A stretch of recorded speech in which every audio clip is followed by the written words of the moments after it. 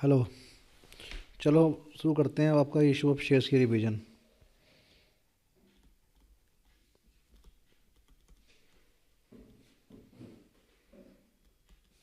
Revision of issue of shares.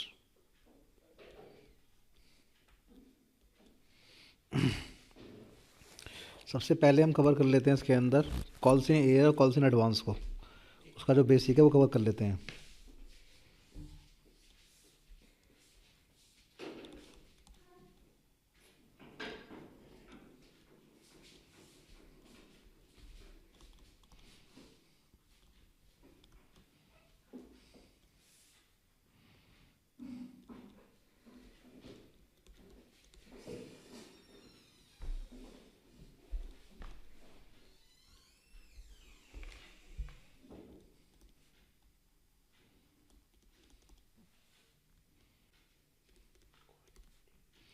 It is open in debit with bank entry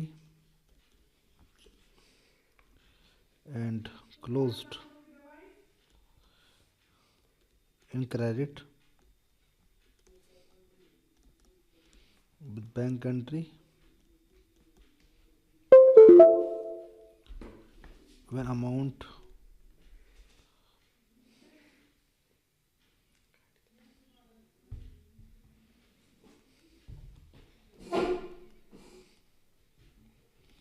when amount of calls in air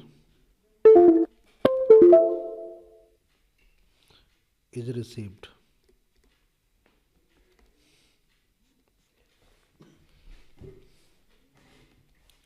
In case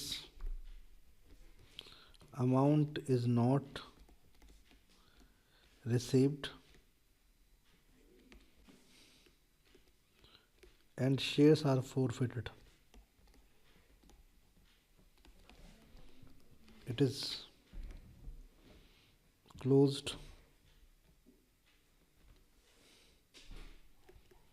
with the entry of forfeiture.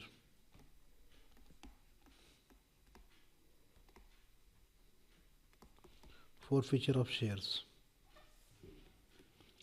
Call in air का जो account है, अगर कोई share holder जो है वो आपका timely अपनी कॉल पे नहीं करता है, अलॉटमेंट पे नहीं करता, या फर्स्ट कॉल पे नहीं करता, या फाइनल कॉल पे नहीं करता है, तो जिस समय अमाउंट रिसीव कर रहे होते हैं उस समय क्या, जितना अमाउंट रिसीव नहीं होता है उसके वो हम क्या है कॉल इन एयर अकाउंट में रिकॉर्ड कर लेते हैं, और जब वो अमाउंट रिसीव हो जाता है तो हम उस अकाउंट को कैंसिल कर देते हैं।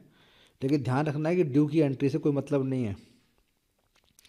जो कॉल से ए अकाउंट ओपन होगा बैंक की एंट्री के साथ ही ओपन होगा डेबिट के अंदर, और क्लोज होगा बैंक की एंट्री के साथ ही क्रेडिट के अंदर। कई बार क्या होता है कि पैसा जो हमें मिला ही नहीं, हमने शेयर्स फोरफिट कर लिए, तो जब शेयर्स फोरफिट करने की एंट्री करेंगे तो उस समय हम कॉल से ए अकाउंट को क्रेडिट में काट देंगे। अगर अब पैसा मिलता ही नहीं है तो उस समय वो अकाउंट क्रेडिट में कट जाएगा। जो ये अकाउंट है, ये पैसा हमें किसी आपका शेयर होल्डर ने एडवांस दे दिया है, तो it is open in the credit side with bank entry. Due की एंट्री से कोई मतलब नहीं है इसका भी। And closed in debit with bank entry. तो ध्यान रखना है कि दोनों का ड्यू की एंट्री से कोई मतलब नहीं है। यहाँ पैसा हमें एडवांस मिल गया है कॉल इन एडवांस के अंदर, और वहाँ पैसा हमें बाद में मिला है या नहीं मिला है। तो ये दो कंसेप्ट हमें दिमाग में रखना है। एक तो call in A account debit में ओपन होगा, क्रेडिट में क्लोज हो जाएगा। कॉल इन एडवांस अकाउंट हमारा क्रेडिट में ओपन होगा और डेबिट में क्लोज होगा बैंक की एंट्री के साथ। लेकिन कॉल इन ए अकाउंट हमारा फोरफिचर की एंट्री के साथ भी क्लोज हो सकता है अगर पैसा हमें क्या है मिला ही नहीं है। ये ध्यान रखना है।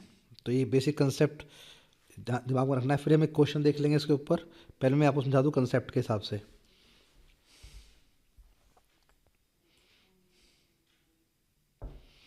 अब यहाँ देखो ज़रा, फिर हम क्वेश्चन देखेंगे जल्दी जल्दी में। वेंडर केसेस के अंदर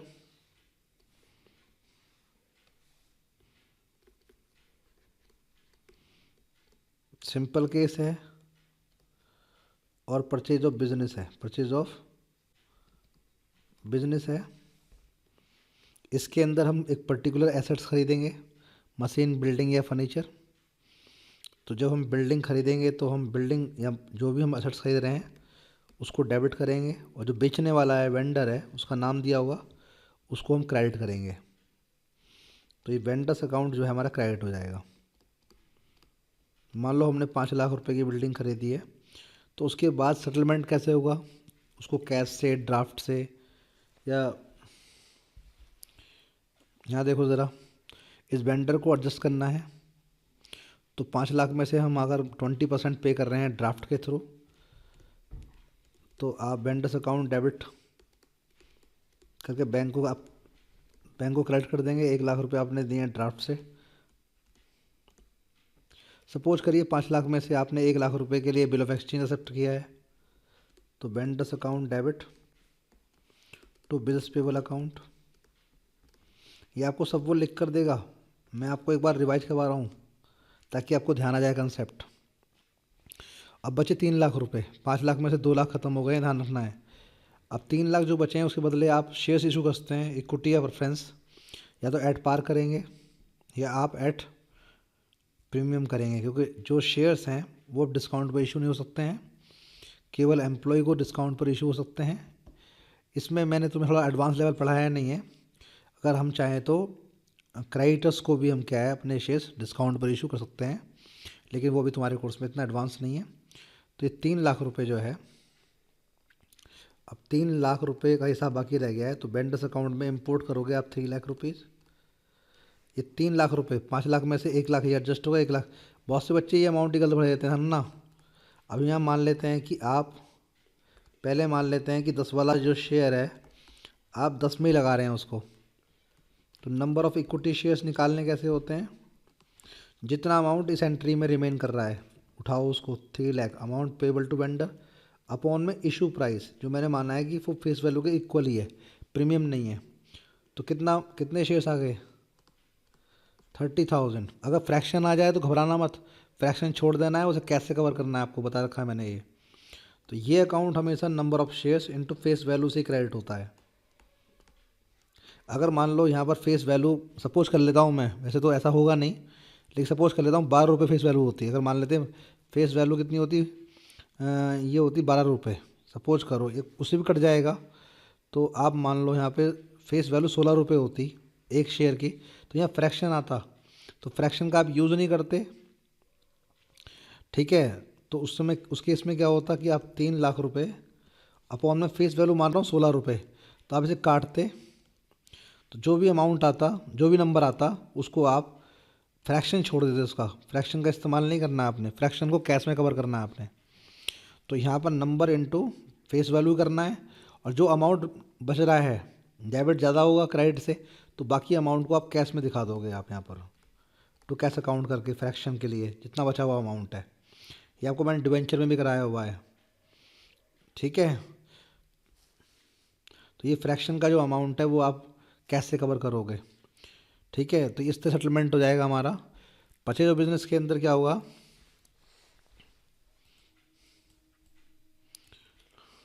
परचेज ऑफ बिजनेस में आपके किसी कंपनी के बिजनेस को परचेज कर लोगे।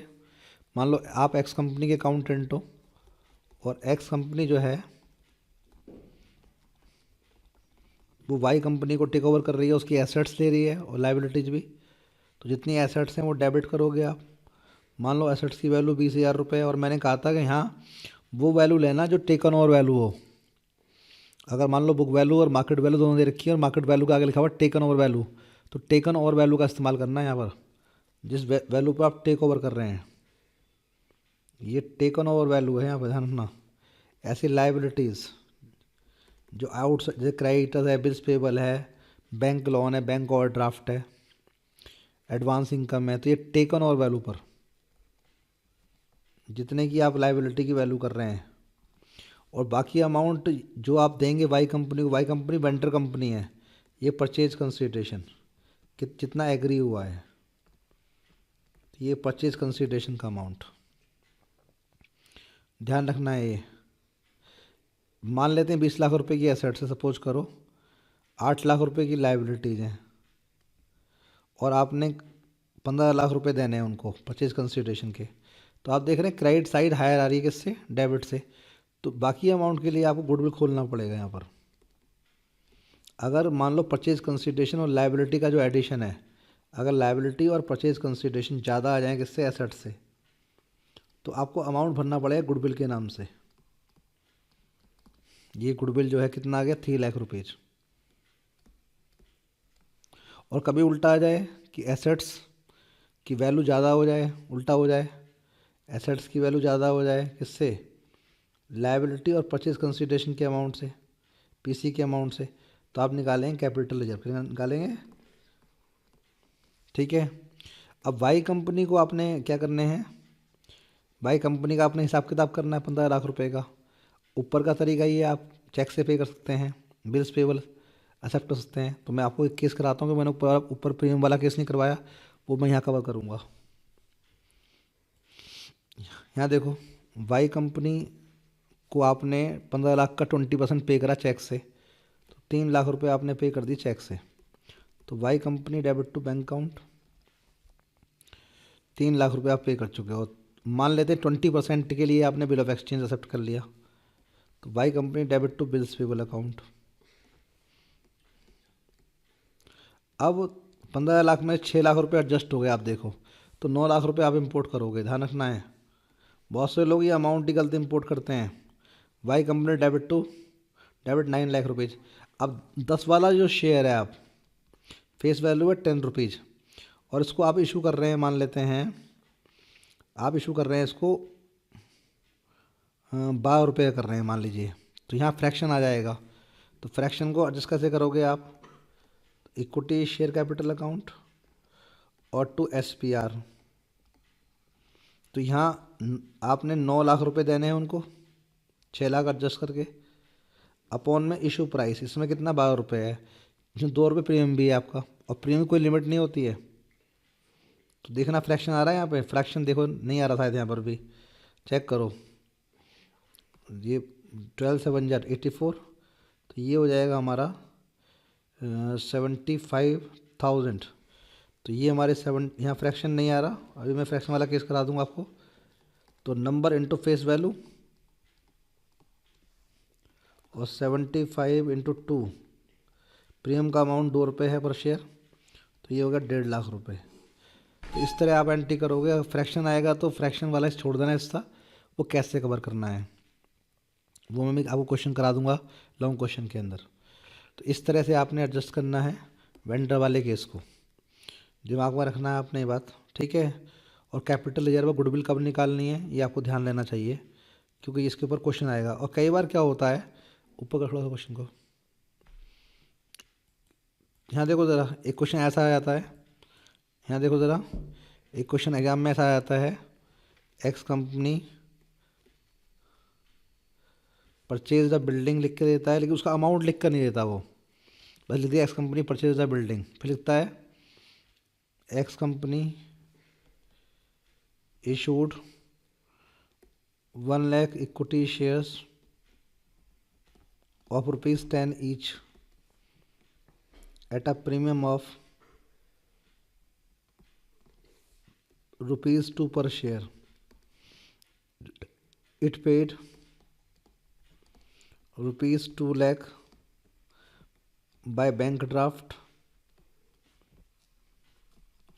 and accepted a bill of exchange for ₹3 lakh। अब आपको यहाँ बिल्डिंग कितने के लिए ये पता नहीं है, बाकी सब कुछ लिख के दे, कितने शेयर इशू करे हैं, कितने किए हैं, कितना अमाउंट पे किया है, तो पहले आप वो एंट्री पास कर लेंगे। अब इसमें बिल्डिंग कितने के लिए वो हम अमाउंट भरेंगे अभी एंट्री के अंदर। यहाँ देखो ज़रा, तो यहाँ पहली एंट्री होती है building account debit to vendor account, लेकिन उसका अमाउंट दिया हुआ नहीं है हमें, तो ये एंट्री का अमाउंट छोड़ देंगे अभी हम। अब हमने जो इशू वेंडर अकाउंट को, वेंडर को जो शेयर इशू किए हैं वो पता है हमें, vendors account debit to equity share capital account. अब उसने हमें नंबर ऑफ शेयर्स दिए हुए हैं कि हमने 1 लाख शेयर इशू किए हैं, 10 रुपये का एक है, ये अकाउंट हमेशा number of shares into face value से क्रेडिट होता है, 10 लाख रुपए। उसके बाद यहाँ पर एसपीआर प्रीमियम भी है, ₹2 का प्रीमियम भी है, 1 लाख इंटू 2, ये होगा आपका। तो ये 12 लाख रुपए आ गए जो हमने शेयर्स के थ्रू एडजस्ट किए वेंडर के। उसके अलावा हमने ₹2 लाख किससे दिए हैं, ड्राफ्ट से दिए हैं। तो vendors account debit to bank account, ये ₹2 लाख हमने ड्राफ्ट के थ्रू दिए हैं। आगे बढ़ा। और उसके अलावा ₹3 लाख का हमने बिल ऑफ एक्सचेंज एक्सेप्ट किया है। तो vendors account debit to bills payable account. अब मुझे बताओ कि वेंडर कितने अमाउंट डेबिट हुआ है, थोड़ा नीचे कर इसको। 12 लाख रुपये, 12 लाख से यहाँ डेबिट हुआ है, ₹2 लाख से यहाँ हुआ है, ₹3 लाख से यहाँ हुआ है। तो 12 दो 14, 3 ₹17 लाख की बिल्डिंग है। तो पहली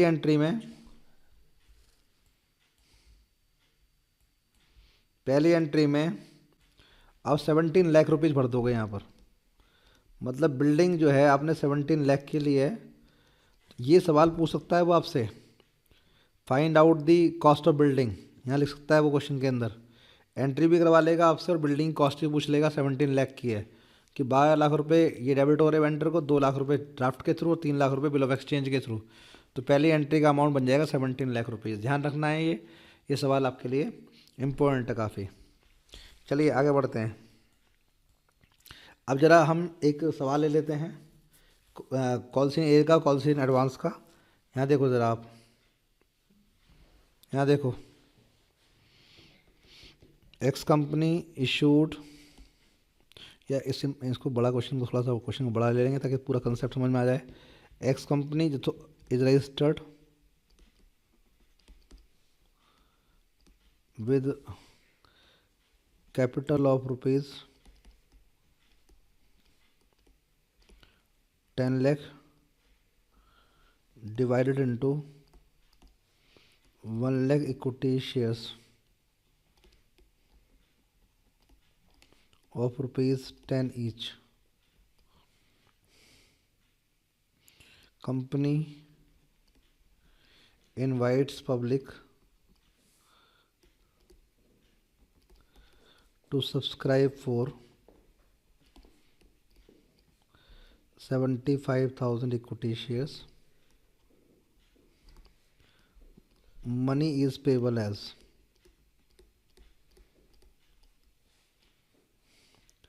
application ₹2 per शेयर, या 2+1 कर लीजिए। Allotment ₹3+1, first call ₹2+1 and final call ₹3+1। तो ये ₹10 फेस वैल्यू हो गई और ₹4 प्रीमियम हो गया। Public applies for 1,50,000 equity shares.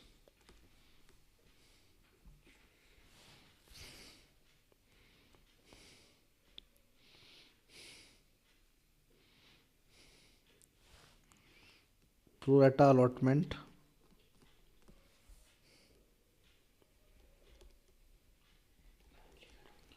was made to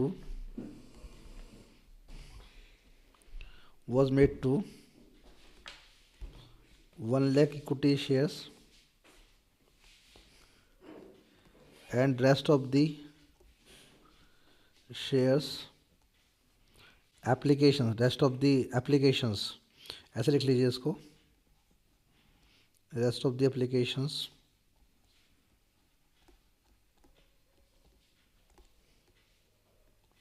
were rejected.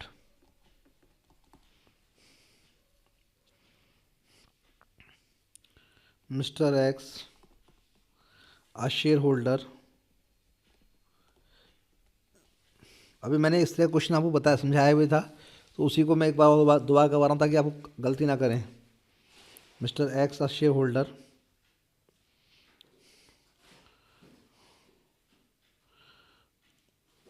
who applied for 4,000 equity shares, paid entire amount with application money,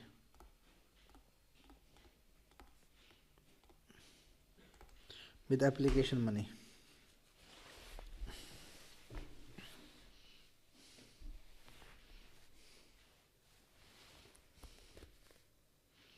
Mr.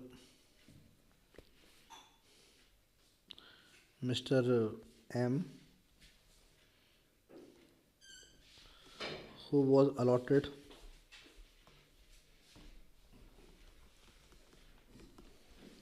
थोड़ा आगे कर पाए इसको,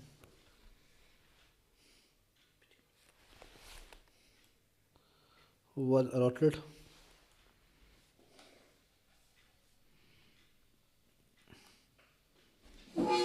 6,000 equity shares, failed to pay allotment and first call.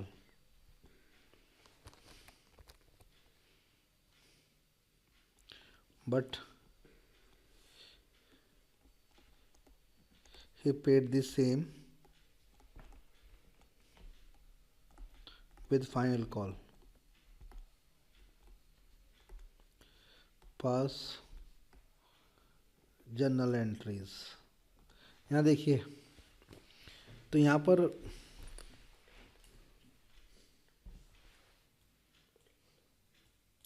यहाँ देखो सब लोग, company की जो ऑथोराइज कैपिटल है वो 10 लाख रुपीज़ है, जो 1 लाख शेयर्स में डिवाइडेड है। लेकिन कंपनी अभी 75,000 इक्विटी शेयर्स के लिए पब्लिक को इनवाइट कर रही है। पब्लिक ने अप्लाई 1.5 लाख शेयर्स के लिए है, लेकिन उन्होंने प्रोरेटा अलॉटमेंट की जो किया है 1 लाख शेयर्स को किया है। बाकी 50,000 जो अप्लीकेशन है उन्होंने रिजेक्ट कर दिए हैं। तो 2 ही कैटेगरी है यहाँ पर, एक रेशियो अलॉटमेंट की, एक रिजेक्शन कैटेगरी है। एक्स नाम का जो शेयर होल्डर है जो कि रेशियो अलॉटमेंट में ही आता है, जिसने अप्लाई किया था 4,000 इक्विटी शेयर्स की, उसने सारा का सारा पैसा जो है एप्लीकेशन मनी के साथ दे दिया है। और मिस्टर एम ने, जिसको अलॉट हुए 6,000 इक्विटी शेयर्स, उसने अलॉटमेंट फर्स्ट कॉल जो है वो दी है फाइनल कॉल के साथ। तो ये सिंपल क्वेश्चन है, इससे बेस तैयार होगा लॉन्ग क्वेश्चन का। अगर ये समझ जाओगे तो लॉन्ग क्वेश्चन का बेस आपका तैयार हो जाएगा। तो पहले हम बनाएंगे टेबल, ठीक है। तो टेबल पहले बनाना सीखते हैं और फिर एंट्री पास करेंगे। और इसमें हमने क्वेश्चन की फ़ोटो खींच लो आप सब लोग, ताकि मैं सॉल्व करूँ तो आपको दिखाई दे और आपको समझ में आए। क्वेश्चन की फ़ोटो ले लो आप लोग। सिंपल क्वेश्चन है वैसे ये, इसका ये आपका लॉन्ग क्वेश्चन का बेस तैयार करेगा।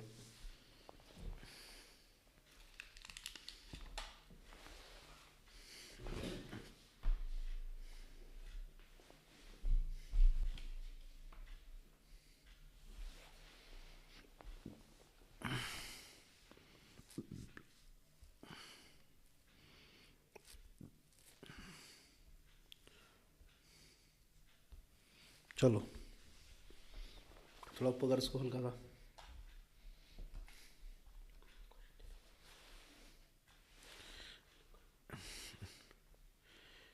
इतना क्वेश्चन भी आपके लिए आ सकता है, और प्रोडाटा में भी एक सवाल जो है, इस सवाल का जो हिस्सा है ये इस्तेमाल हो सकता है। तो किस तरह से आपने सवाल को डील करना है ये देख लो आप।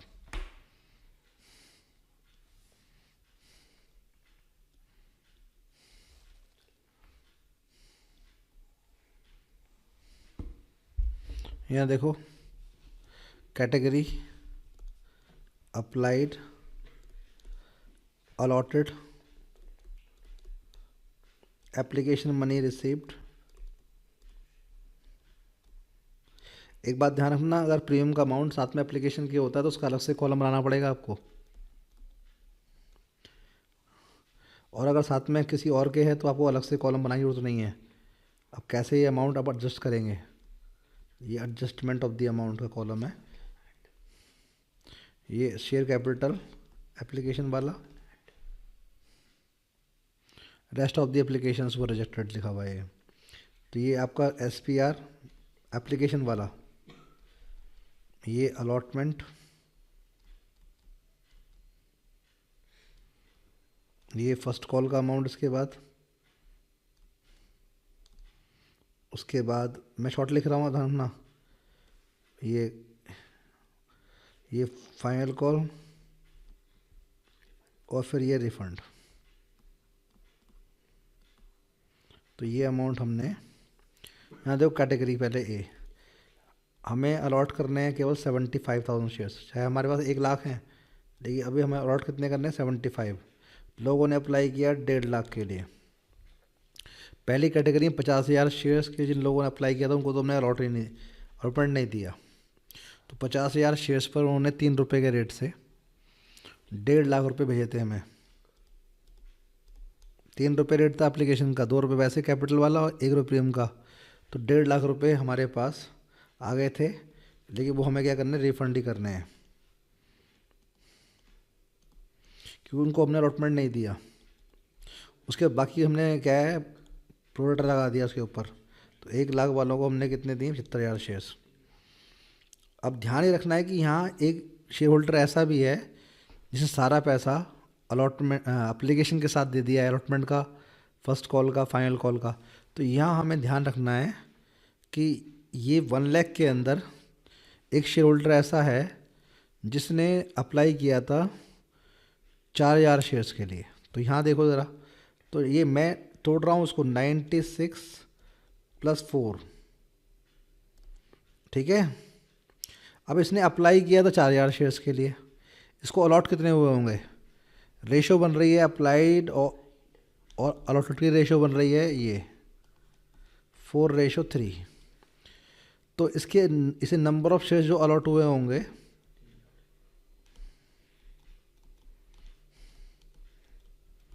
तो 4,000 के लिए इसने अप्लाई किया था,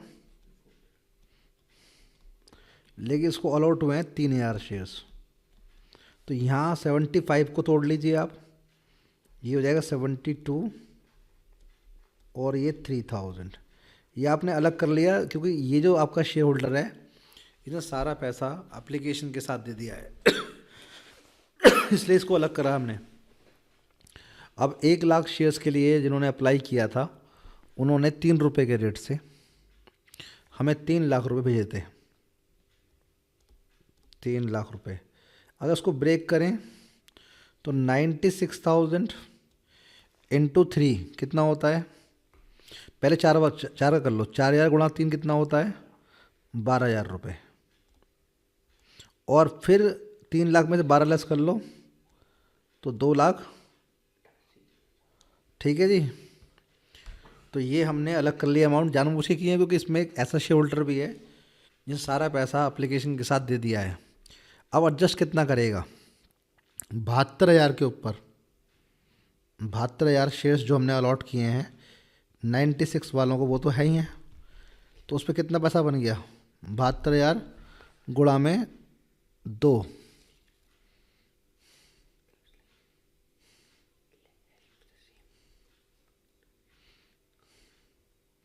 फाइनल पे कर दिया उन्होंने अमाउंट साथ में फाइनल कॉल के। यहाँ देखो, तो 72,000 × 2 करो, कितना हो गया, ये 1,44,000 शेयर कैपिटल का अमाउंट 72,000 शेयर्स पर।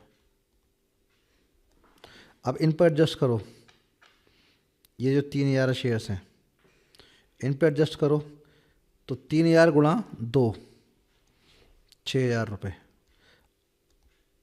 ठीक है, क्लियर है। अच्छा, अब अमाउंट लो प्रीमियम वाला, 72,000 × 1 कितना हो गया, अब 3,000 × 1 करो, तो टोटल मिला के जो पैसा आया था एप्लीकेशन का 3 लाख रुपए ये आया था। अब तक एडजस्ट कितना हो चेक करो ज़रा, 1.5 लाख रुपए तो एडजस्ट हुआ है, किसे बोलो, शेयर कैपिटल पर। लेकिन ध्यान रखना कि इसमें मैंने अभी जो पैसा है वो डाला नहीं है, उसका जो पूरा पैसा आया इसका वो डालूंगा पैसा मैं अभी, ध्यान रखना है ये, इसके अंदर अमाउंट भी ऐड होना है अभी। तो पहले मैं इतना ही कर रहा हूँ, जब मैं अभी तुम्हें यहीं समझा देता हूँ ताकि तुम कंफ्यूज ना हो जाओ। ये जो 4,000 वाला है ना, इसने सारा पैसा भेज दिया साथ में एप्लीकेशन के। अब तक मैंने इसे काउंट कितना किया पैसा, ये 4,000 × 3 ही काउंट किए मैंने इसके अभी, ये 12,000 रुपये। लेकिन इसने ये भी भेज दिए हैं, ये सारे पैसे ये जो हैं 2 + 1 2 + 1, ये कितना है, ये 3 + 1 है ये, तो 3 + 1 2 + 1 और 3 + 1 कितना हो गया, ये 4 7 और ये कितना हो गया हमारा, ये 11 रुपीज़ ने भेज दिया आगे का पैसा। तो 4,000 शेयर्स पर इसने 11 रुपीज़ भी भेजा हुआ है। तो ये जो आपका मैंने अभी काउंट किए हैं 12,000 रुपये ये 4,000 शेयर्स पर, लेकिन इसने सारा पैसा दे दिया था सात एप्लीकेशन के। तो आगे वाला अमाउंट कितना बनता है, 4 रुपये ये बन गया विथ प्रीमियम, 3 रुपये ये बन गया और 4 रुपये ये, तो 11। तो इसने और कितना दे दिया वो भी ऐड कर लो यहाँ पर, 4,000 गुणा 11 कितना, 44,000 रुपये।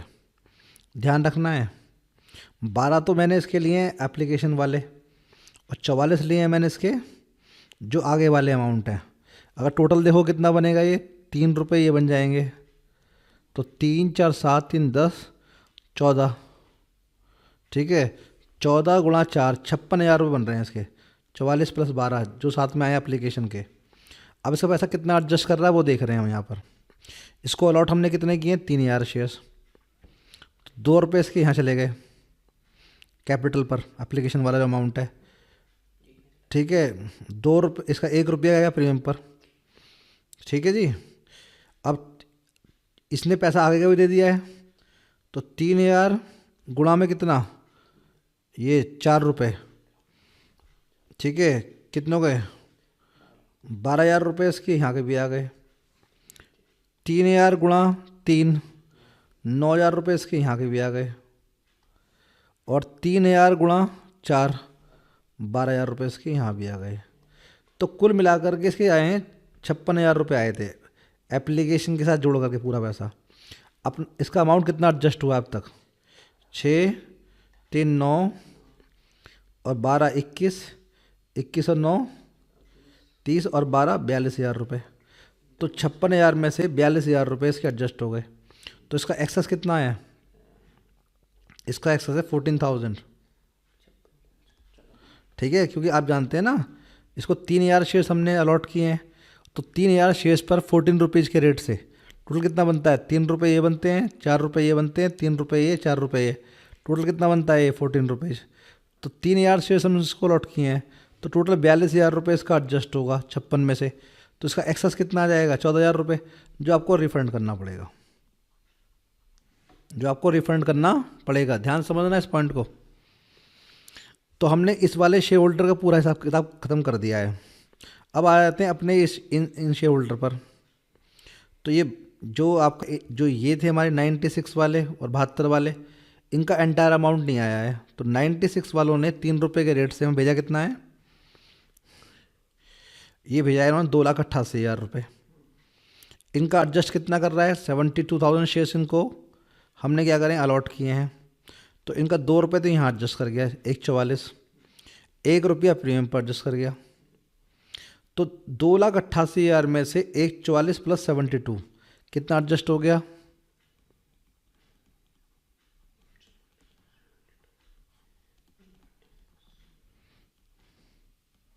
ये हो गया आपका 2,16,000 रुपये। और इनके आय कितने हैं, 2,88,000 रुपये।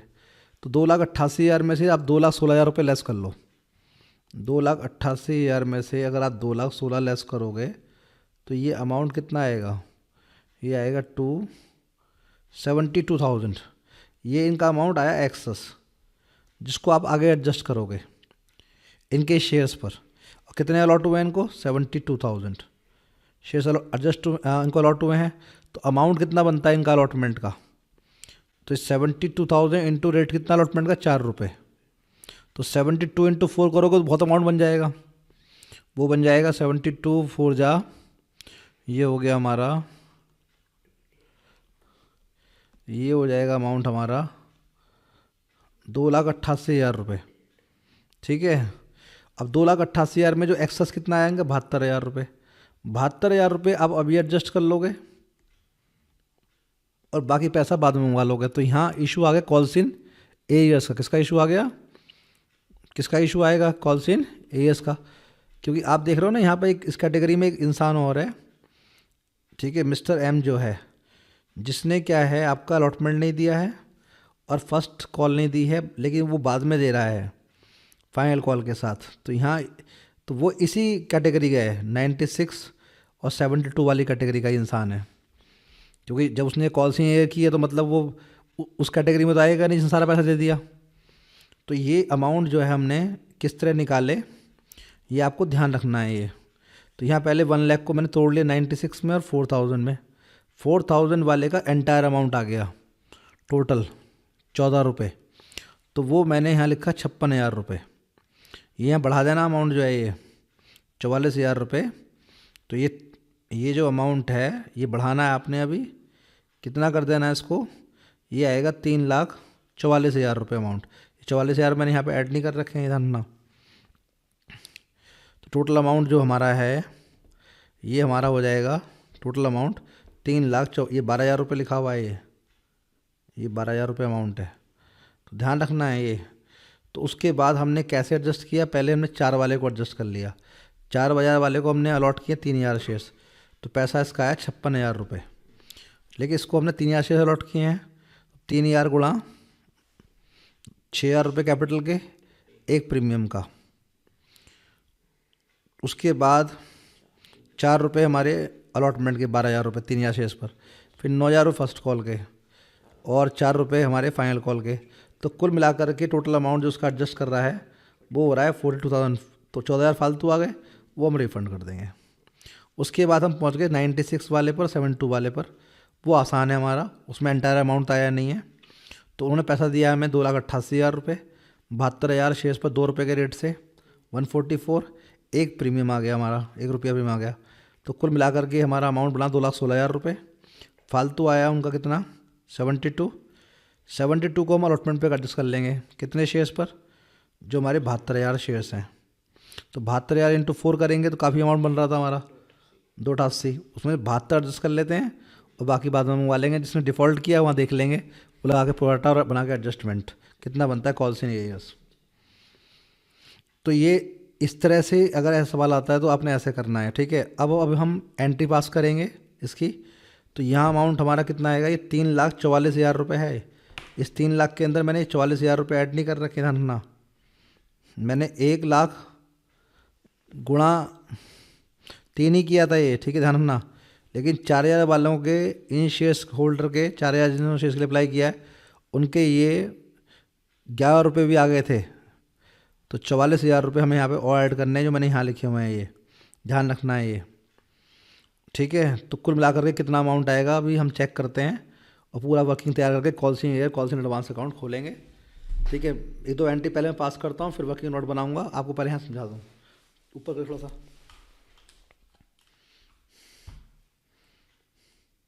मैं छोड़ देता नहीं। तो पहली एंट्री आप पास करोगे, bank account debit equity share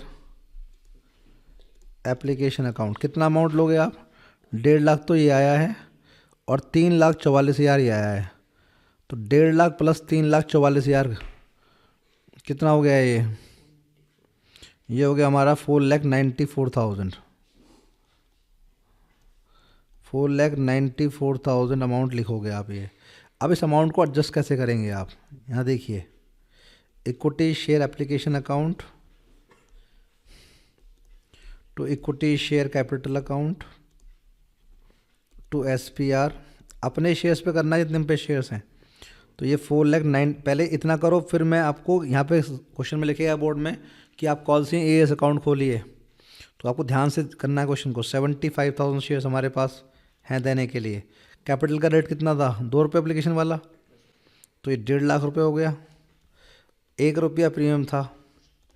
चाहो चेक कर लो यहाँ से, 1 मिनट थोड़ा, ये देखो यहाँ पे अमाउंट, ये रहा, थोड़ा ऊपर करिए ज़रा, मैं दिखा दूँ उनको। यहाँ देखो, ये रहा, ये हमारा कैपिटल का अमाउंट, ये देखो यहाँ पे 1,44,000 रुपये और प्लस 6,000 रुपये। ये देखो 1,44,000 प्लस 6,000 रुपये, ये 1.5 लाख रुपये कैपिटल का अमाउंट। ये अमाउंट प्रीमियम का अमाउंट आ जाएगा, दोनों मिला करके 1 रुपये प्रीमियम का अमाउंट आ गया। अब जो ये अमाउंट आए हैं आगे वाले, इन सबको हम चाहें तो डाल सकते हैं सीधा कॉल्स इन एडवांस के अंदर, इकट्ठा करके कॉल्स इन एडवांस के अंदर, ध्यान रखना है। तो अगर मैं चाहूँ तो पूरा अमाउंट डालता हूँ कॉल्स इन एडवांस में, चाहे तो आप बांट के डाल सकते हैं, लेकिन कई बार लग जाता है कॉल्स इन एडवांस अकाउंट खोलिए। तो आप या फिर एक काम कर सकते हैं आप, अलॉटमेंट के अमाउंट डाल सकते हैं अलॉटमेंट के नाम से, लेकिन फर्स्ट फाइनल कॉल को डाल सकते हैं कॉल एडवांस के नाम से, लेकिन वो मत करना ऐसे इस तरह ही करना, कंबाइंड ही कर देना। तो कॉल्स इन एडवांस अकाउंट, लेकिन अमाउंट तोड़ के दिखाना है यहाँ पे ताकि तुम्हें ध्यान रहे टेबल में क्या है। टोटल अमाउंट कितना बन रहा है, 84 प्लस 9 प्लस 12, तो कितना हो गया ये 96 प्लस 9, 1,05,000। तोड़ के यहाँ दिखा दो एक बार इसको, 84 ताकि तुम्हें ध्यान रहे, 9,000, 12,000, और रिफंड कितना करना है आपने, ये टू बैंक अकाउंट, ये 1.5 लाख रुपये आपने एक करना है रिफ़ंड, और 14,000 रुपये आपने रिफ़ंड एक करना है, तो 1,54,000 का रिफ़ंड हो जाएगा। इस तरह से आपने ये एंट्री कवर करनी है पूरी, ठीक है। तो 4,94,000। अब आप अलॉटमेंट ड्यू करेंगे, उसके बाद की एंट्री भी बहुत इंपॉर्टेंट है, क्योंकि वहाँ आपने अमाउंट को एडजस्ट करना है। और कॉल्स इन एडवांस अकाउंट आप खोल चुके हैं क्रेडिट में, तो डेबिट में जाकर काटना भी है आपने। पहले अलॉटमेंट ड्यू कर लेता हूँ, फिर एक वर्किंग नोट बनाएंगे, क्योंकि एक पार्टी ने, एक शेयर होल्डर ने क्या है, अलॉटमेंट का पैसा नहीं दिया है। यहाँ देखो ज़रा,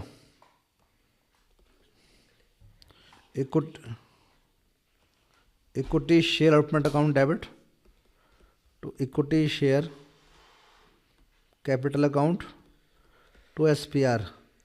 क्या 75,000 शेयर्स हैं हमारे, क्या रेट है अलॉटमेंट का, क्या रेट है अलॉटमेंट चेक कर।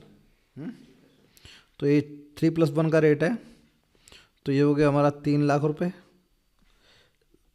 75 इंटू 3, ये हमारा कैपिटल का अमाउंट, और यहाँ 1 रुपया प्रीमियम है, तो ये हो गया हमारा 75,000। अब यहाँ देखो ज़रा, एक वर्किंग नोट बाकी रह गया है M के नाम का, उसको हम बना लेते हैं, फिर हम ये एंट्री पास करेंगे। जो नेक्स्ट एंट्री बहुत इंपॉर्टेंट एंट्री है, उसको ध्यान रखना हमने। छोटा सा वर्किंग नोट बनाते हैं पहले, क्योंकि प्रोडाटा का काम समझा रहा हूँ आपको, प्रोडाटा वाला पॉइंट भी।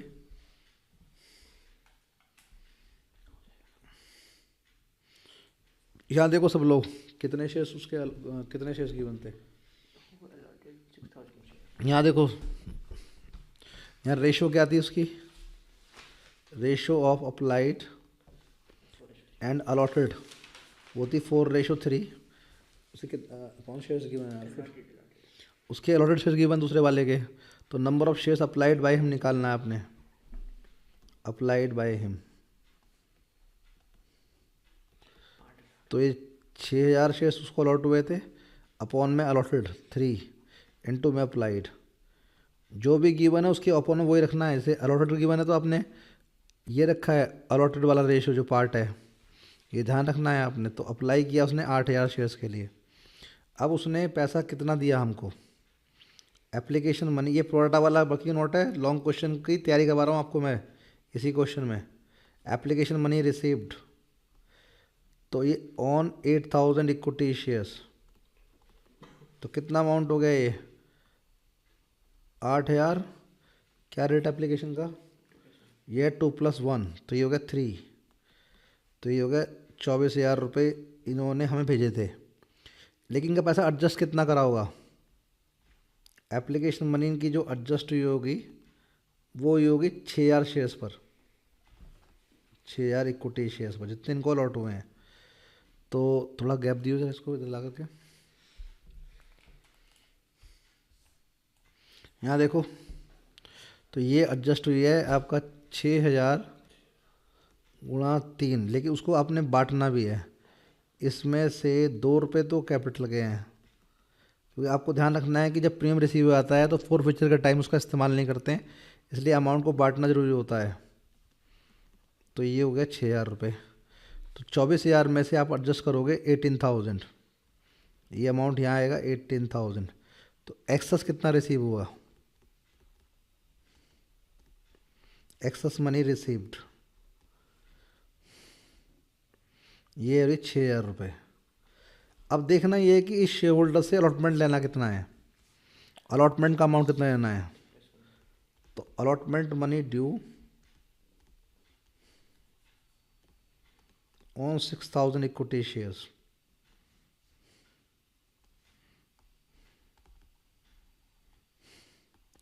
ये 6,000 गुणा 4, इसको बांटना पड़ेगा आपको। 3 रुपये इसमें कैपिटल के हैं, 18,000 रुपये, और 6,000 गुणा 1 जो है वो SPR का अमाउंट है, तो 24,000 रुपये बनते हैं इसके। तो लेस एक्सेस जो उसका आ चुका पहले वो एडजस्ट करो, कितना आ चुका है 6,000 रुपये। तो अलॉटमेंट पे जो पैसा इसका नहीं आया, जो कॉल्सी एरिया में जाएगा वो कितना अमाउंट है, money not received on allotment, लो ऊपर कर।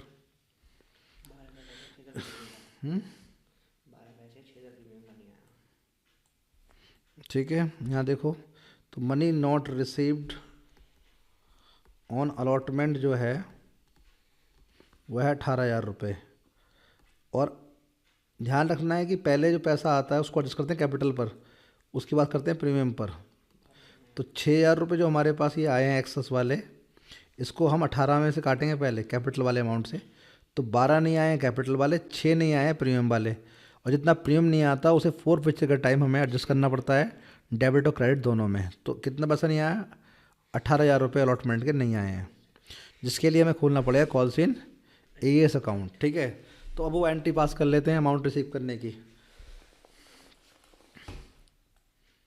तो यहाँ देखो, उधर है वो एंट्री कोने में, थोड़ा नीचे ला। तो यहाँ देखो ज़रा, तो 3 लाख रुपए अलॉटमेंट ड्यू हुआ था।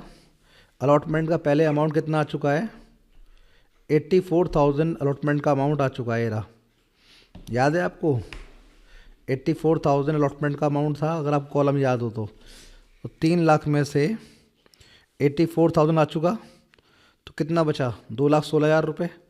और 2,16,000 में से अभी कितने नहीं आए हैं, 18,000 रुपये नहीं आए। तो क्या एंट्री पास करोगे, तो बैंक अकाउंट में कितना पैसा लिखोगे, 3 लाख में से 84 एडजस्ट करो पहले, तो 216 में से 18 लेस करो, जो इसके लिए आपने खोलना है कॉल्स इन। और ध्यान रखना है कि आपने वो अकाउंट काटना भी है यहाँ पे, कॉल्स इन एडवांस अकाउंट, क्योंकि आपने वो अकाउंट खोला हुआ है पहले, क्रेडिट में खोला हुआ है, तो आपको बैंक की एंट्री साथ काटना भी पड़ेगा उसको। तो कॉल्स इन ए में कितना हो गया ये, 18,000 रुपये। और यहाँ कितना हो गया, ये कॉल्स इन एडवांस भी काट दो आप।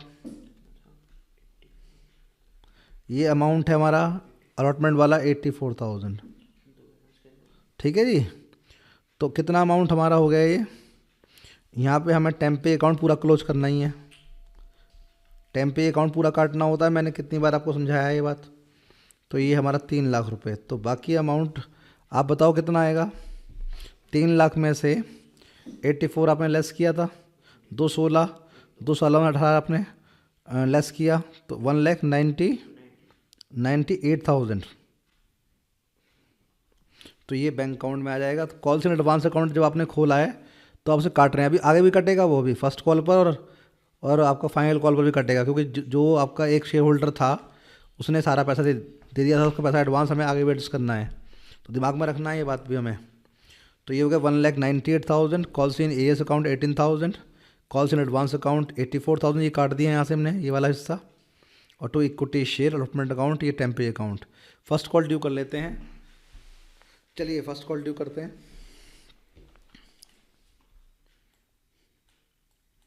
यहाँ देखो ज़रा, फर्स्ट कॉल ड्यू करने की entry, equity share first call account, debit to equity share capital account to SPR। तो यहाँ हमारा रेट कितना है, 75,000। फर्स्ट कॉल कितने की है, 2+1, ठीक है। तो ये होगा 2,25,000 रुपये। तो 75 इंटू 2 और 75,000 इंटू 1, ठीक है। अब ये देखो ज़रा पे, जो हमारा ये शेयर होल्डर था जिसके बारे में हम वर्किंग नोट बना रहे थे, इसने फर्स्ट कॉल भी नहीं दी थी, याद है तुम्हें। तो इसको अलॉट हमने किए थे 6,000 शेयर्स। तो 6,000 शेयर्स पर 3 रुपये के रेट से इन्हें 18,000 रुपये नहीं दिए। और उसके अलावा हमारे फर्स्ट कॉल का एडवांस भी आ चुका है पहले 9,000 रुपये ये। तो 2,25,000 में से 9 तो पहले आ चुके हैं, कितने रह गए, 2,16,000 रुपये। और 2,16,000 में से 18,000 रुपये आए नहीं हैं, तो फिर 1,90,000 कितना हो गया, यहाँ देखो 2,25,000 में से पहले आ चुके हैं हमारे 9,000 रुपये ये। तो कितने रह गए हमारे? 2,16,000 रुपये। और 18 हमारे आए नहीं हैं। तो कितना हो जाएगा अमाउंट देखो ज़रा बैंक के अंदर, वही बनेगा 1,98,000। तो 198। फिर दोबारा खोलो कॉल से अकाउंट, वो आप खोलोगे 18,000 रुपये से। कैसे? 6,000 शेयर जिसको अलॉट हुए थे उसने फर्स्ट कॉल भी नहीं दी है 3 रुपये के रेट से, और 9,000 रुपये से आपको काटने कॉल्स इन एडवांस अकाउंट। तो 9,000 रुपये से आपने ये काट दिया और टेम्पे ये अकाउंट ख़त्म करिए आप। तो ये हमारा हो गया 2,25,000 रुपये। आपको समझ में आ गया सब लोगों को? चलो second and final call due करते हैं अब। फोर फीचर नहीं है इसके अंदर अभी, लेकिन आपका बेस तैयार हो गया इसके अंदर सवाल का। फाइनल कॉल ड्यू करो। यहाँ देखो, equity share second and final call,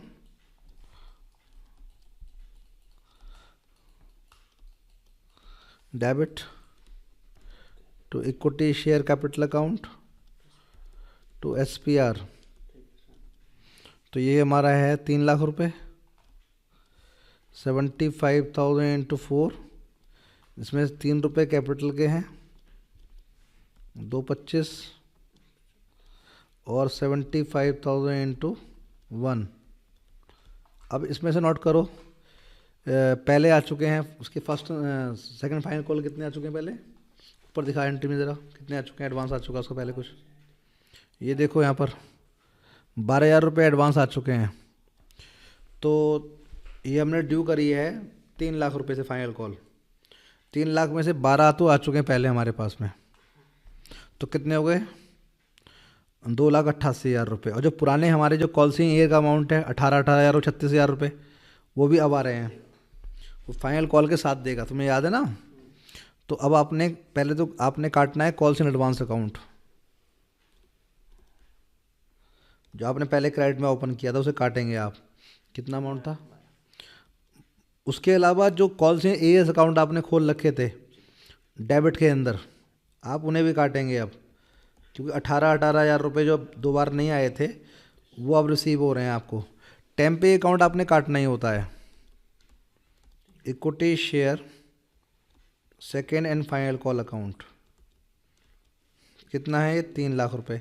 अब हिसाब लगा लो आप, 3,00,000 में से 12 पहले आ चुके थे, तो बचे 2,88,000 रुपये, और 36,000 रुपये अब आ रहे हैं। तो 288 में 36 ऐड कर दो आप, तो ये अमाउंट आपका आ रहा होगा यहाँ पर 3,24,000। तो इस तरह अमाउंट आपका ये बन जाएगा। तो इस सवाल में हमने प्रोराटा का बेस भी देख लिया, कॉल्स इन AS और कॉल्स इन एडवांस को भी देख लिया। अब प्रोराटा वाला सवाल आएगा तो आप इस तरह के सवाल को फोर फीचर के साथ क्या है पढ़ करके डील कर लोगे। अब मैं पढ़ाऊँगा आपको four feature and re issue, जल्दी से ख़त्म करवाते हैं। चलो आगे बढ़ाओ उसको, आगे बढ़ा उसको। और अगर वो सवाल में कैश बुक बनाने के लिए गएगा तो बैंक की एंट्री काटते रहना, वो मैं तुम्हें एक क्वेश्चन करा दूंगा अलग से, पहले पूरा रिवाइज करवा दूँ पहले तुम्हें, फिर वो जब हम कल सैम्पल पेपर करेंगे टीएस ग्रेवाल के, तो वो क्वेश्चन अगर वहाँ आएगा तो वहाँ मैं क्वेश्चन कराऊंगा तुम्हें वो। चलो तो अब आते हैं four feature and re issue.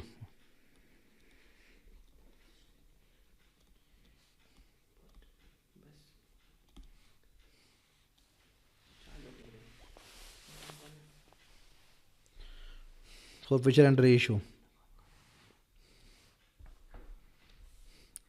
कौन कौन देख रहा है इस समय? कितने लोग अवेलेबल हैं?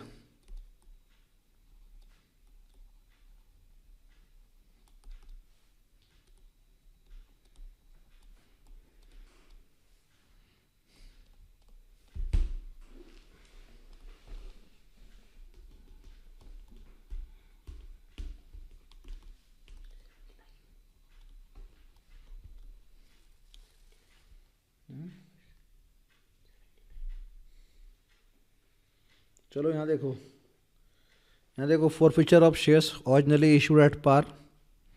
देखो बेसिक जो फ्रेम है एंट्री का वो समझो पहले, फोर फीचर की एंट्री का बेसिक फ्रेम क्या होता है। यहाँ देखो ज़रा, इक्विटी शेयर कैपिटल अकाउंट को आपने डेबिट करना है फोरफिचर के टाइम पर।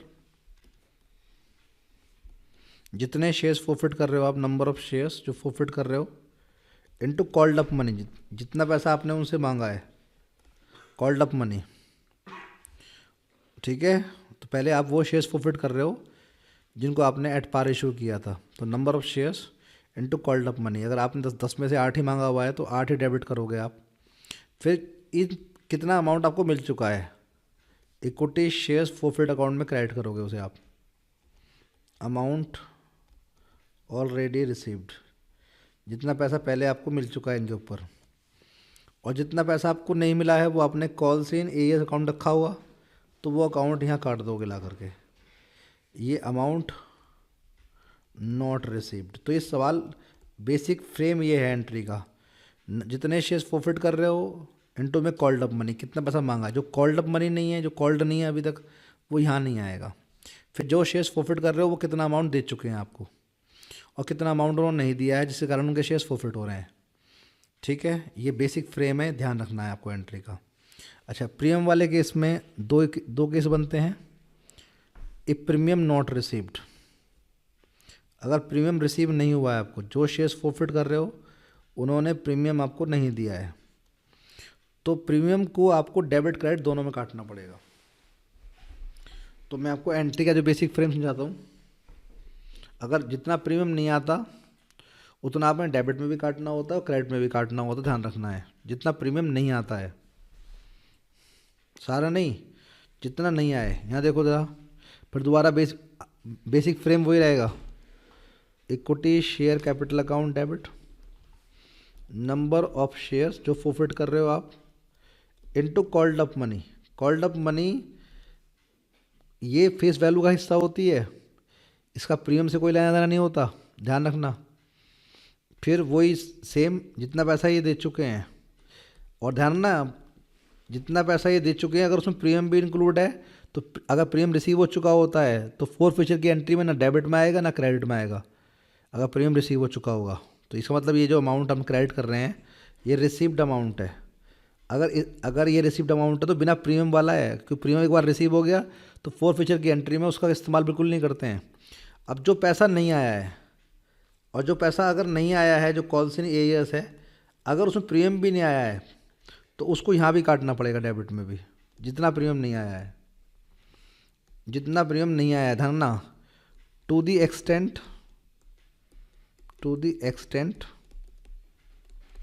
Premium has not been received. जितना प्रीमियम रिसीव नहीं हो उतना ही काटना है, वो आपने यहाँ भी काटना है, इसमें भी, और यहाँ भी काटना है। दिमाग में रखना है ये, जितना प्रीमियम नहीं आता, और अगर प्रीमियम आ चुका है तो फिर ना तो ये आएगा और ना प्रीमियम यहाँ पर आएगा डेबिट में, और ना यहाँ आएगा कॉल्सिंग ईयर में। अगर प्रीमियम रिसीव हो चुका होगा तो ना तो डेबिट में आएगा और ना क्रेडिट में आएगा, ध्यान रखना। फिर तो सिंपल केस बन जाएगा ये। प्रीमियम जितना मिल चुका होता है उसका फोरफिचर की एंट्री में कोई रिलेशन नहीं होता, ध्यान रखनी है ये बात। तो ये बेसिक फंडामेंटल है फोरफिचर का। और इक्विटी शेयर कैपिटल अकाउंट जब डेबिट करोगे तो number of shares into called up money. Called up money का मतलब जितना पैसा आपने मांगा है, जो पैसा आपने कॉल्ड ही नहीं किया, फेस वैल्यू का वो हिस्सा जो आपने कॉल्ड ही नहीं किया, उसका फोरफिचर से कोई लेना देना नहीं है अभी। तो ध्यान रखनी है ये बात। अब रीइशू पर आ जाओ जल्दी से, फिर टॉपिक ख़त्म करते हैं। यहाँ देखो, जब भी आप रीइशू करोगे, यहाँ देखो एक केस लेते हैं। मान लो कि आपका एक्स कंपनी ने 100 शेयर्स फोरफिट किए, फेस वैल्यू थी 10 रुपीज़, कॉल्ड अप मनी थी 7 रुपीज़, 3 रुपीज़ अभी कॉल्ड नहीं है, ठीक है। ही डिड नॉट पे 3 रुपीज़, उसने पे नहीं किए थे, 3 रुपीज़ पर शेयर, ठीक है। ये हमारे, तो कैसे करेंगे इसको, इक्विटी शेयर कैपिटल अकाउंट हम डेबिट करेंगे कॉल्ड अप मनी से। 100 शेयर्स हैं, 7 रुपीज़ कॉल्ड अप है। कितना पैसा आ चुका है 7 में से, उतना हम इक्विटी शेयर्स प्रॉफिट अकाउंट डाल देंगे। कितना कितना नहीं आया, ही डिड नॉट पे 3 रुपीज़, 7 में 3 नहीं दिया उसने, तो 4 दे चुका है वो, तो 400 रुपये ही आ गया। जो पैसा नहीं आया वो कॉल्स इन एरियर्स के अंदर।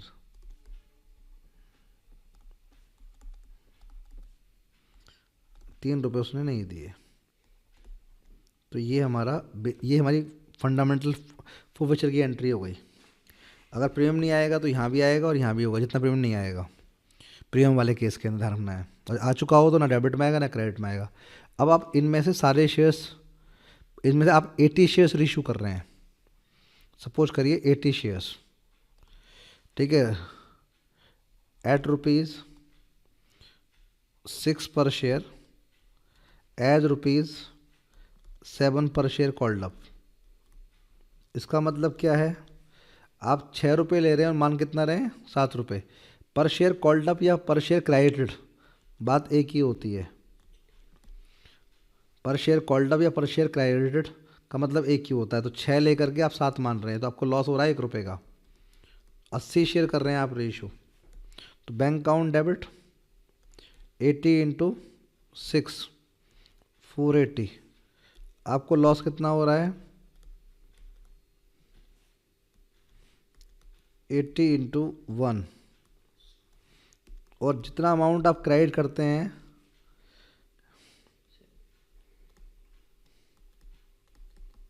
ये हो गया 560 रुपये आपका, ठीक है जी। अच्छा, अब आपको निकालना है 80 शेयर्स पर जितने आपने रीइशू किए कैपिटल रिजर्व।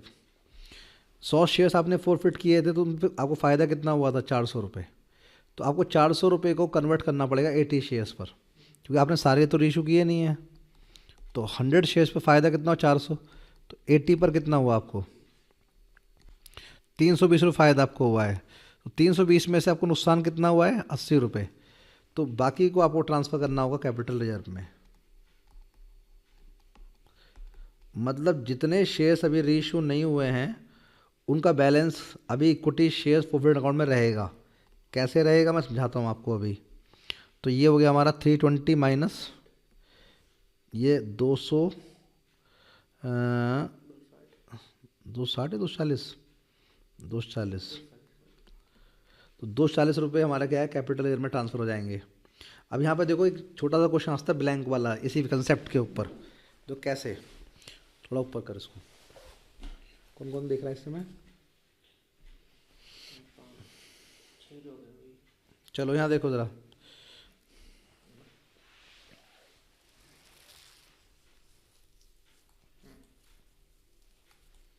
सारांश है,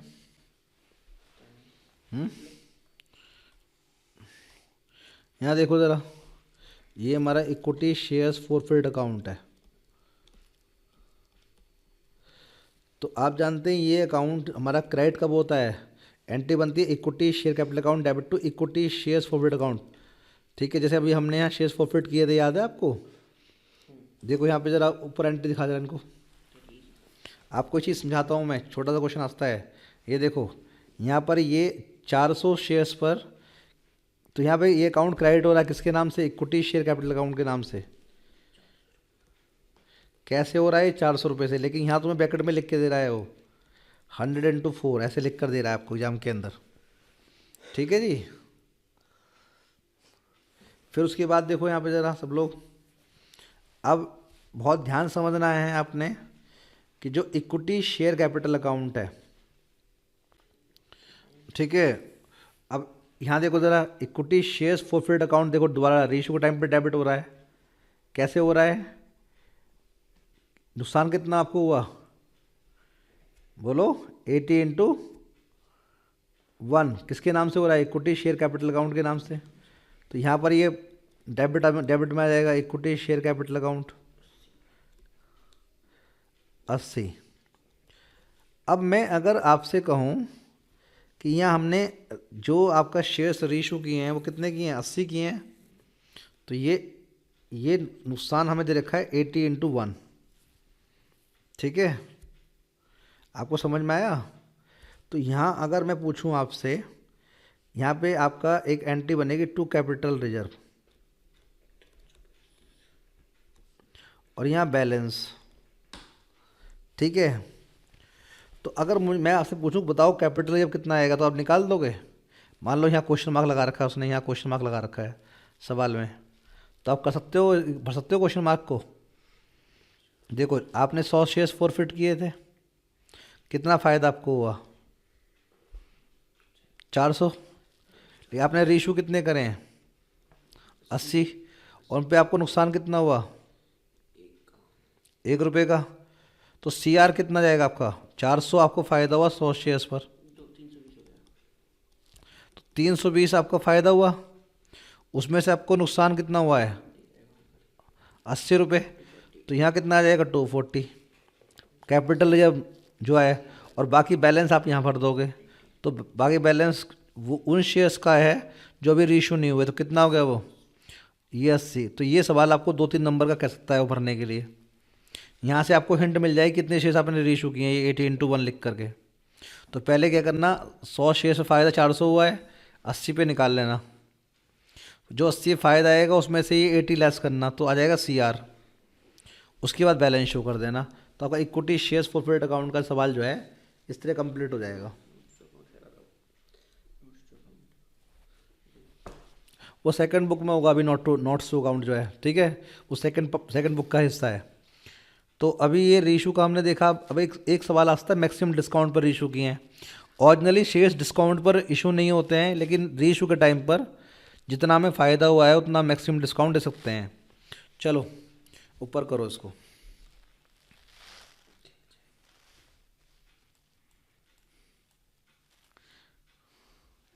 यहाँ देखो, तो अभी हमने 100 शेयर्स फॉरफिट किए थे,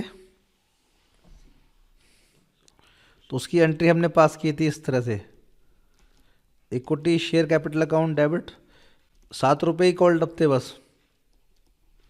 पैसे उसने कितने दे दिए थे हमें, वो पैसे हमें दे चुका था कितना, 4 रुपये दे चुका था हमको वो, और 3 रुपये उसने नहीं दिए थे हमें टू कॉल्स इन एरियर। अगर कॉल्स इन एरियर में प्रीमियम भी इंक्लूड होता है तो डेबिट में भी काटते हैं उसे। अगर प्रीमियम नहीं आता है तो वो क्रेडिट में भी कटता है, डेबिट में भी कटता है। ये बेसिक फंडामेंटल ध्यान रखना प्रीमियम वाले केस के अंदर। और रिसीव हो चुका हो तो ना डेबिट में आएगा ना क्रेडिट में। अब हमने यहाँ पे 80 शेयर्स ही रीशू करे हैं, और वहाँ लिखा हुआ है कि they are reissued at maximum discount. तो मैक्सिमम डिस्काउंट आप देखते हो जितना आपको फ़ायदा हुआ है उतने शेयर्स पर जितने आप रीशू कर रहे हो। तो 100 शेयर्स आपने फॉरफिट किए हैं और आपको फ़ायदा कितना हुआ, 400। लेकिन आप रीशू कितने कर रहे हो, 80। एक मिनट, ये आप ऐसे सिंपल निकालो, 400 आपको फ़ायदा हुआ 100 शेयर्स पर, तो 80 पर कितना फ़ायदा आपको होगा, तो 320 रुपये आपको फ़ायदा हुआ है 80 शेयर्स पर जो आप रीशू कर रहे हो। समझ में आया आपको।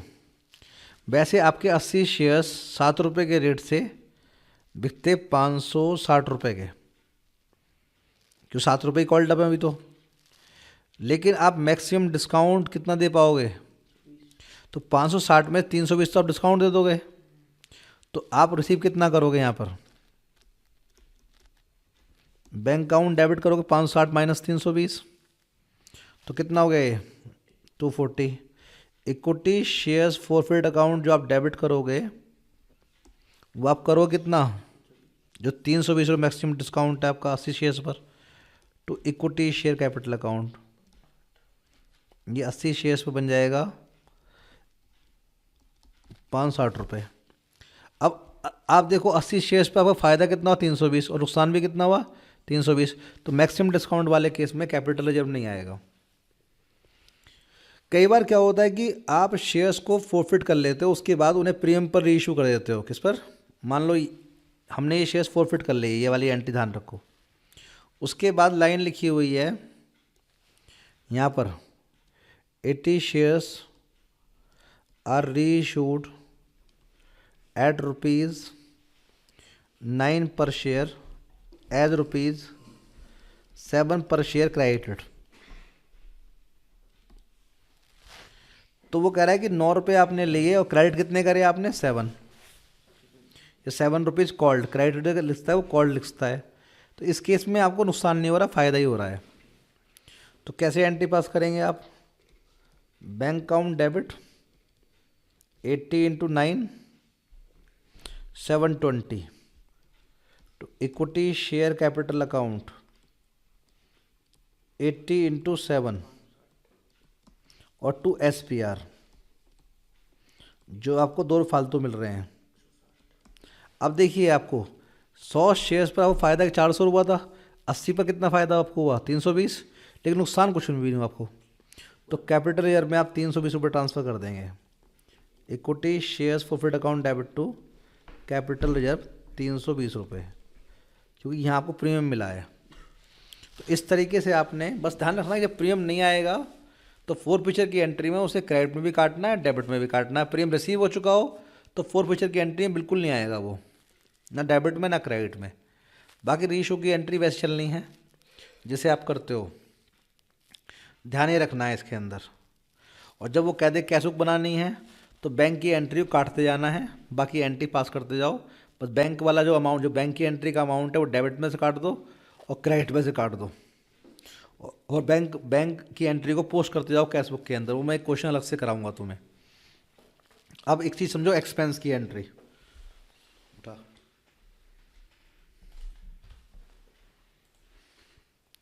यहाँ देखो कई बार यहाँ पर आता है कि शेयर्स इशू एक्सपेंस की एंट्री आ जाती है, ये अंडर राइटिंग कमीशन की एंट्री आ जाती है,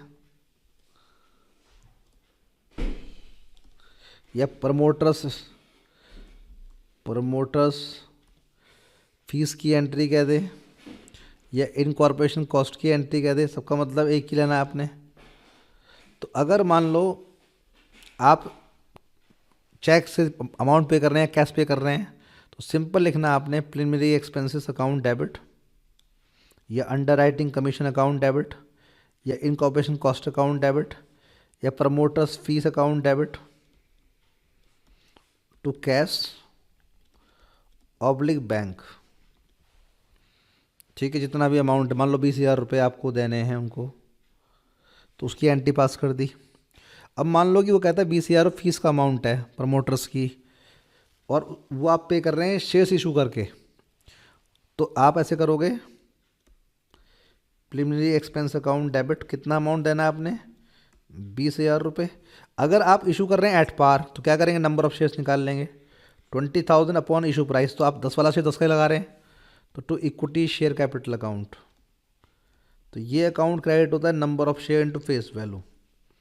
तो ये 20,000 रुपये। अगर आप प्रीमियम पे कर रहे होंगे तो यहाँ प्लस कर देंगे प्रीमियम, तो फिर एंट्री बन जाएगी प्रीलिमिनरी एक्सपेंस अकाउंट डेबिट 20,000 रुपये से, क्योंकि आपने 20,000 देने हैं।